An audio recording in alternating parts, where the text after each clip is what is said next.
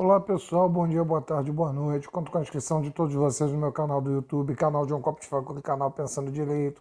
Sou advogado aqui no estado do Rio de Janeiro. Que os senhores curtam, compartilhem esse vídeo, se inscrevam no canal, deixem seu like, seus comentários, ativem as notificações, cutuquem o sininho. Hoje nós vamos falar a respeito, fazer uma breve dissertação sobre um tema de aluguel de imóveis, né? Então, como é que nós fazemos um procedimento de cabo a rabo, num resumo bem apertado, sobre locação de imóveis, aluguel de imóveis? Vamos lá. Primeira coisa, vocês contratem uma imobiliária ou um profissional habilitado em administração de imóveis e para celebrar um contrato de locação. Você vai alugar um imóvel. E sendo locador, você vai contratar imobiliário. Sendo inquilino, você vai procurar um imóvel numa imobiliária ou então de um particular, sempre celebrando um contrato de locação. Nesse contrato de locação vai ser estipulado o valor do aluguel, cuja estipulação, o valor por lei é livre. Então vocês estipulam um valor do aluguel, estipulam o prazo da locação e estipulam a garantia da locação. Ou seja, você alugou um imóvel, ou então você, locador, alugou um imóvel para uma pessoa, aí as partes vão chegar lá, vão fazer um acordo assinado num contrato de locação para que seja incluído lá, por exemplo, um fiador, um seguro-fiança, uma calção, que são equivalentes a até 3 meses do valor do aluguel. E aí sim, se faz se assina um contrato de locação, se faz uma vistoria no imóvel, constatado algum defeito no dito imóvel, a pessoa vai, comunica o defeito, que a pessoa que vai alugar, o inquilino ou o locatário, são sinônimos, ele entra e diz, ó, tem uma maçaneta com defeito, tem uma janela quebrada. Aí ele vai e comunica para que ele não seja obrigado a assumir essa responsabilidade quando terminada a locação, já que ele vai assinar um contrato via de regra que ele se obriga a entregar o imóvel no estado em que o encontrou e conservar como seu, é uma obrigação, o imóvel como se seu fosse. Então, tem que haver essa vistoria, é o ideal, é o ideal. Muito bem, chegou a pessoa recebeu a chave e ingressou no imóvel. Durante a locação, conservou o imóvel muito bem, etc. Chegou uma intimação da prefeitura para o locador. Aí chegou, mas chegou na casa do inquilino. O inquilino tem a obrigação legal de entregar essa intimação da prefeitura para o locador, que é o dono do imóvel. E a questão das taxas e do pagamento de IPTU, essas taxas de taxa de incêndio, condomínio. A regra é que o locador, dono do imóvel, arque com elas. Excepcionalmente, você coloca no contrato de locação que cabe ao inquilino pagar essas taxas. Mas, se houver alguma ação por falta de pagamento de condomínio ou por falta de pagamento de IPTU, etc., quem vai responder é o locador. E ele que vai depois cobrar do locatário esse inadimplemento. Agora, digamos, você proprietário de imóvel, alugou um imóvel e o imóvel, o inquilino parou de pagar o aluguel. E agora, como é que você faz? Você vai constituir um advogado para que ele elabore um contrato de prestação de serviços advocatícios, contrato de honorários, para ajuizar uma ação chamada ação de despejo, cumulada com pedido de cobrança de aluguéis, e pode ser pedido liminarmente a feitura da vistoria judicial desse imóvel, caso o inquilino que lá esteja morando não pagando, e ainda deixe o imóvel num estado de inabitabilidade, deixe paredes sujas, piso quebrado, janelas quebradas, portas quebradas, enfim. Já tive inclusive casos em que uma pia de concreto, parece piada, parece que soltaram 7 leões africanos dentro do imóvel. Foi uma situação contra um general de exército, que era o fiador. Ele alugou o imóvel para que a amante dele viesse a morar com as netas. Durante esse tempo, ele terminou o romance, saiu do imóvel, mas ele que assinou o contrato. O imóvel, não houve mais o pagamento do aluguel. O imóvel, eles chegaram, inclusive, uma senhora com 3 crianças e um pitbull dentro do imóvel, chegaram a destruir uma pia de concreto, de cozinha. Não era uma pia de banheiro, uma louça, não. Derrubaram, parece brincadeira, mas derrubaram a pia de concreto. O concreto estava no chão e a pia dessas de alumínio, ela estava arriada no chão, inclinada.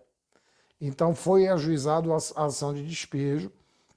O fiador era um morador daqui, do próprio Rio de Janeiro. Ele foi incluído no processo de despejo, já que ele era o garantidor do pagamento dos aluguéis e das demais despesas contratuais, condomínio, IPTU, enfim. Foi ajuizada essa ação. A ação foi julgada procedente, o pedido foi julgado procedente em primeira instância. Houve um recurso da parte do general. O general perdeu em segunda instância. Não satisfeito, transitou em julgado, ou seja, não tinha mais recurso nenhum a ser interposto.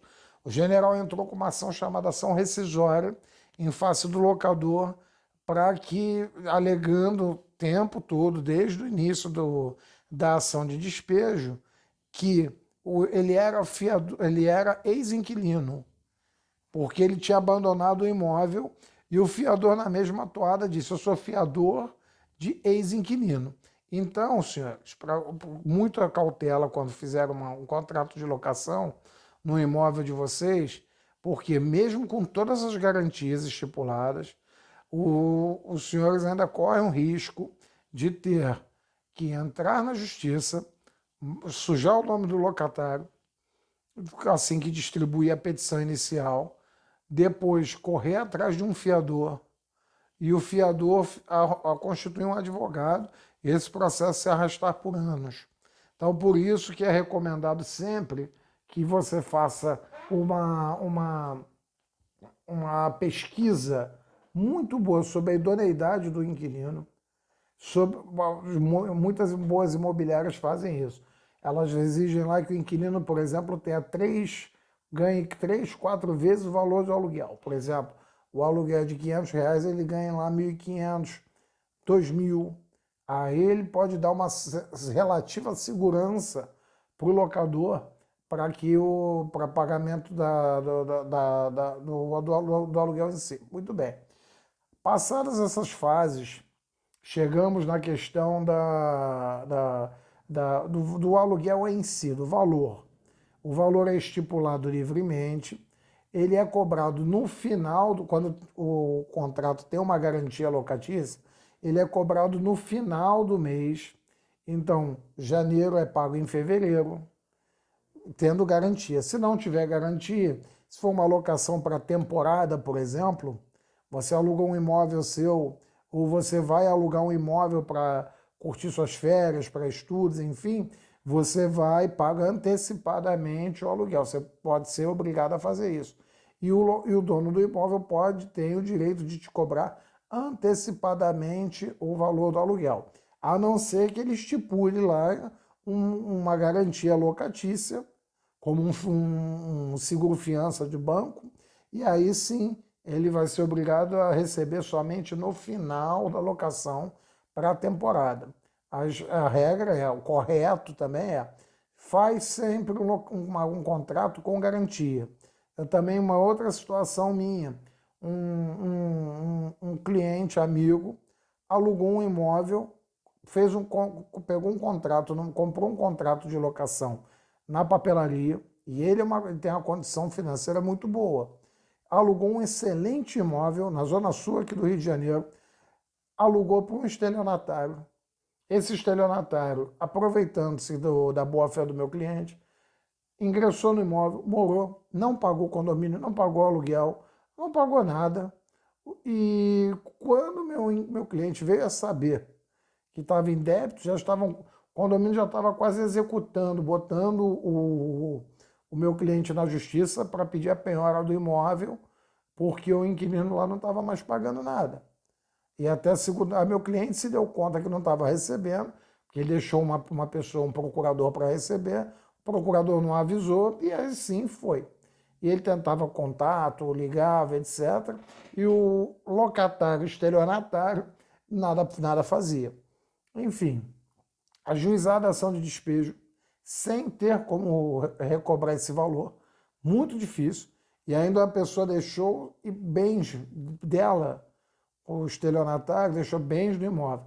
E para piorar ainda a situação, ela, além de deixar bens no imóvel que dificultava a retomada da posse porque deixava para o juiz a dúvida se a pessoa abandonou o imóvel ou não, porque ela só pode ser retirada depois de despejada, via de regra.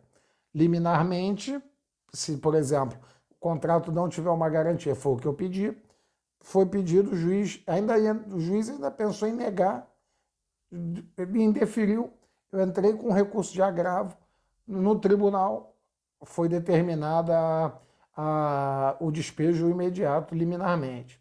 O juiz retrocedeu na decisão, deu o despejo, chegou lá, tinha um monte de coisa, o cliente me ligou, falei, não, você passa a ser o responsável por essas coisas abandonadas aí.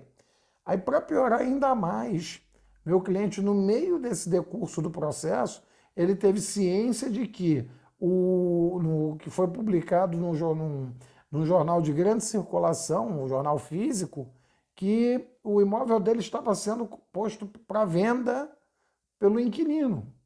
Então o inquilino, além de mal pagador e tudo, queria vender o imóvel que não era dele para um terceiro, praticando um crime assim, não foi no caso ali, foi uma tentativa de estelionato, e que se ele lograsse êxito, ele ia botar o dinheiro no bolso e se arrancou para Recife, sumiu. Não se acha, a justiça não está conseguindo localizar a justiça com a sua efetividade e com essa inconstitucionalidade da justiça de não garantir a razoável duração dos processos e a celeridade da prestação da justiça, da jurisdição. Eu faço um pedido, leva-se meses para a petição ser juntada, mesmo que eu vá despachar com o juiz dá o despacho, até o cartório elaborar um documento para tentar localizar o réu já se mudou. Ele vai se mudando, a dívida fica por aí, não tem garantia. Se tivesse uma garantia, nós iríamos para cima dela. E assim ficou, a locação ficou perdida. Então sempre façam com uma imobiliária idônea, séria, existem muitas aqui, em vários estados do Brasil, sua grande maioria são sérias. E pesquisem reputação, pesquisem na internet, e pesquisem reclamações, enfim. Depois de tudo isso celebrado bonitinho, o contrato de locação, garantidas a locação em si, que a locação, a regra é que ela é estipulada normalmente quando é locação residencial por 30 meses. Por quê? Para garantir a questão para evitar que haja um pedido por denúncia vazia. O que é isso? Pedido de denúncia vazia, denunciar um contrato, é denunciar o contrato sem nenhum motivo. A pessoa está pagando o aluguel tudo bonitinho, e aí o locador vai lá e diz, não, pode ir embora. Aí, quando o contrato é estipulado no prazo legal, o locador não pode fazer isso. Então, a finalidade da lei de locações é que a pessoa alugue seu imóvel e o locador que lá está fique ad eternum.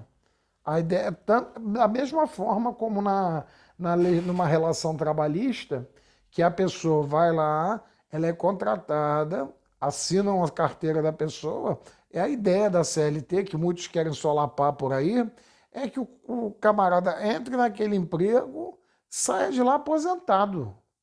Ele não sai de lá demitido, ele não sai de lá por uma justa causa, por exemplo, ou por uma causa injusta, perdão, por uma demissão injusta, uma rescisão do contrato de trabalho, enfim. Então, a ideia da lei de locações é essa. Então, é um breve resumo que eu tentei passar. E, além do mais, ainda esqueci de um detalhe. A locação, quando ela é comercial, ela é fixada por um prazo de mínimo de 5 anos. Para quê? para que o dono do negócio que alugou o imóvel, ele tenha o direito de estabelecer o ponto ali que ele fixou, a clientela naquele local que ele está alugando o imóvel, para aí sim ele poder pedir, digamos, ele vem cumprindo, vem pagando os aluguéis, vem conservando o imóvel, vem pagando as taxas estipuladas em contrato, tudo certinho. Aí vem o locador por capricho, quer tirar o camarada. Aí ele vai lá e diz, não, ele pode pedir a ação a obrigar o locador, o dono do imóvel, a renovar aquela locação.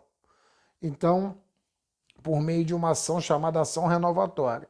Havendo discussão em questão, por exemplo, que aconteceu na pandemia, os aluguéis disparavam e a pessoa não tinha condições de pagar. Então a pessoa podia entrar com uma ação, o inquilino podia entrar com uma ação chamada, está tudo previsto na lei do inquilinato, ação de consignação de pagamento de aluguéis. Então ele depositava o valor que ele entendia justo e ia discutir em juízo lá a onerosidade excessiva do contrato. O salário dele caiu muito, o aluguel disparou, então ele depositava em consignação. O aluguel depositava em juízo, o juiz ia decidir para evitar um despejo, por falta de pagamento. E tem muitos locadores também de má fé que, para esvaziar o seu imóvel, eles fazem um aumento. Teve um caso que pegou uma esquina inteira de uma rua.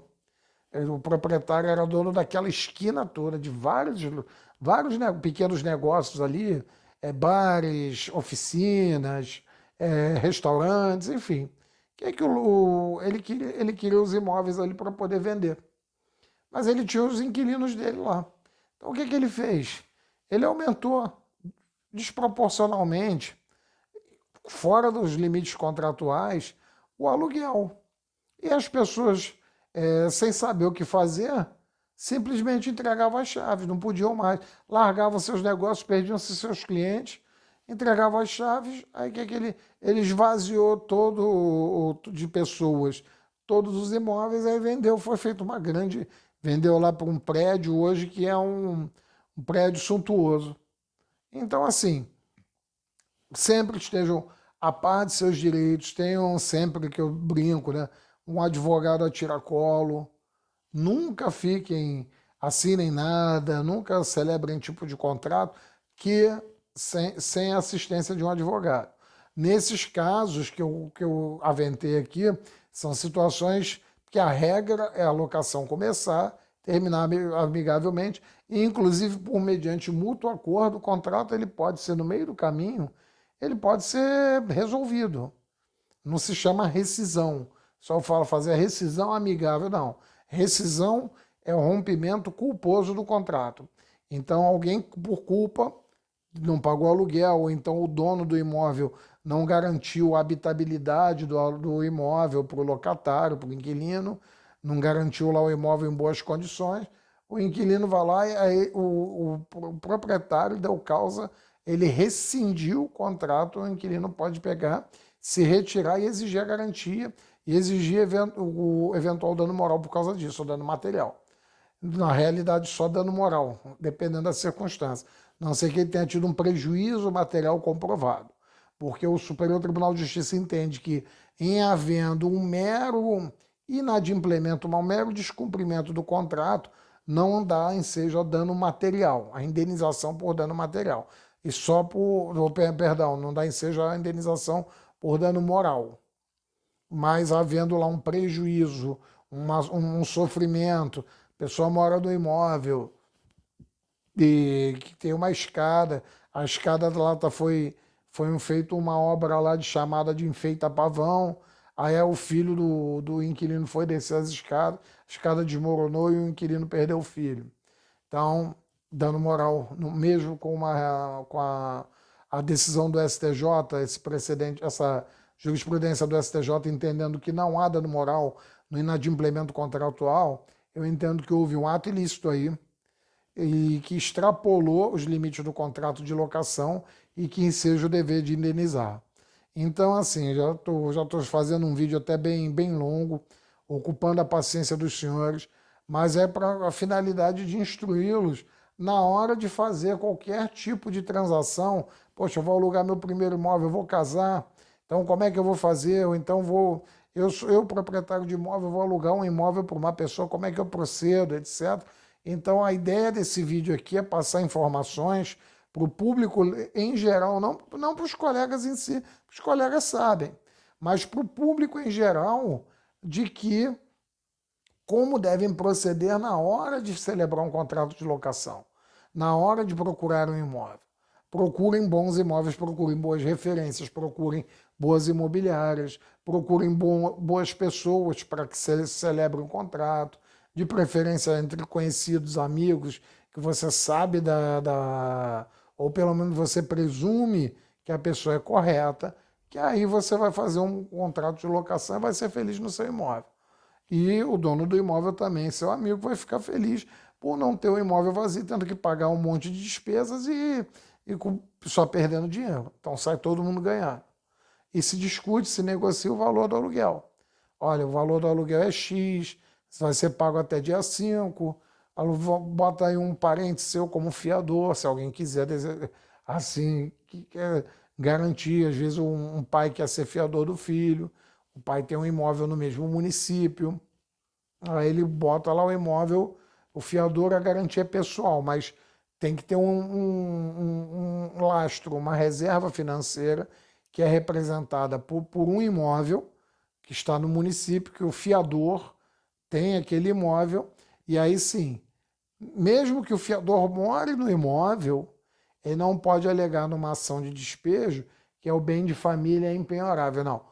Há a exceção da lei, na própria lei do bem de família, que dívida de fiança, dívida de contrato de locação, no qual a pessoa voluntariamente cedeu seu imóvel como garantidor daquela locação, esse imóvel é penhorável.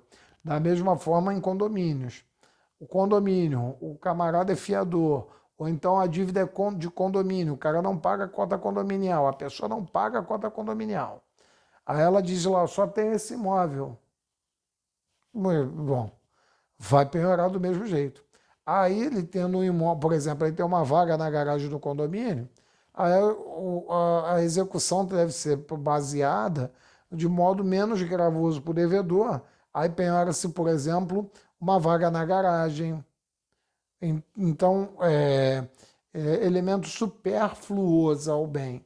Mas não tendo outra saída, o bem vai ser penhorado para pagar, satisfazer o credor, que é o dono do imóvel que está tendo os prejuízos, que também não é justo que o credor tenha todos esses prejuízos e ele aproveite e diz lá, não, é bem de família, devo, não nego, pago quando puder. Não é assim que funciona. Existem leis para isso. Tá ok, pessoal? Então foi um vídeo longo, acho que é o vídeo mais longo de todos que eu postei, mas a ideia justamente era essa, era passar essas informações, um resumo bem... Tem muita coisa para falar a respeito de locações de imóveis, etc. Mas eu fiz um resumo bem apertado para que, como se fosse um manual de instruções, para que quando vocês forem celebrar um contrato de locação, procurar um imóvel, saberem disso. Procurem, tenham orientações jurídicas, assinem um contrato com garantia, deem a garantia que tiverem. Negociado pode, não tenho garantia, não tenho fiador. Vai lá, deposita 3 meses do valor do aluguel, pergunta se o proprietário aceita, o proprietário aceitar. Você cumpre o contrato, morou, aí agora quer sair, passou lá os 30 meses. Passaram-se lá os 30 meses. Você quer sair, esses 3 meses são seus. Com valor atualizado e depositado numa conta poupança, por exemplo, chamada calção. Ou então, se você deixou lá uma obra por fazer, o proprietário fica com esse valor. Ele tem o direito de retenção desse valor. Tá ok? Forte abraço a todos, saúde e paz. Lembrando sempre que o contrato de locação, mesmo que o prazo escrito dele, o pessoal alugou o imóvel por 1 ano, mesmo que o prazo do contrato tenha terminado, ele é considerado, existe uma coisa chamada recondução tácita do contrato de locação. O que significa dizer? Recondução tácita do contrato de locação, da mesma forma que ocorre num contrato de trabalho, que você assina lá um contrato de trabalho para prestar serviço por uma determinada firma, uma empresa, enfim, uma pessoa, você estipula um contrato lá por um ano. E você estipula um contrato de locação por um ano também. Se não houver nenhuma das partes notificada a outra do encerramento desse contrato, da resolução desse contrato, ele é prorrogado. Prestem bem atenção nesse detalhe, isso serve muito também para o direito do trabalho. Ele é prorrogado por prazo indeterminado, significando dizer que o aluguel permanece, a locação permanece, o salário do empregador lá tem que continuar pagando normalmente, e aí um contrato de trabalho, no caso, ele é estendido, trabalhou 10 anos lá, ele vai ter direito a reclamar os 5 anos retroativos, etc. E na locação, que é o assunto do vídeo, ele também vai ter direito à reclamação do contrato normalmente. Então, a pessoa o contrato foi renovado, não foi renovado por escrito, mas a pessoa está com um contrato lá de um prazo de um ano, só que já tem 5 anos naquele imóvel. Aí o que acontece? Ela não precisa mais pagar aluguel? Não, ela tem que continuar pagando aluguel. Ela tem que continuar conservando o imóvel como se seu fosse, tem que continuar conservando o imóvel como se seu fosse. Ela tem que continuar mantendo as condições, o dono tem que continuar garantindo as condições de habitabilidade do edifício, por exemplo, canalização de água, tem que continuar garantindo. Mas aí como é que se encerra essa locação então? Uma das partes comunica a outra uma notificação por escrito, dando 30 dias para encerramento do contrato. Aí sim, se o locatário não sair, o locador vai ter que entrar com ação de despejo.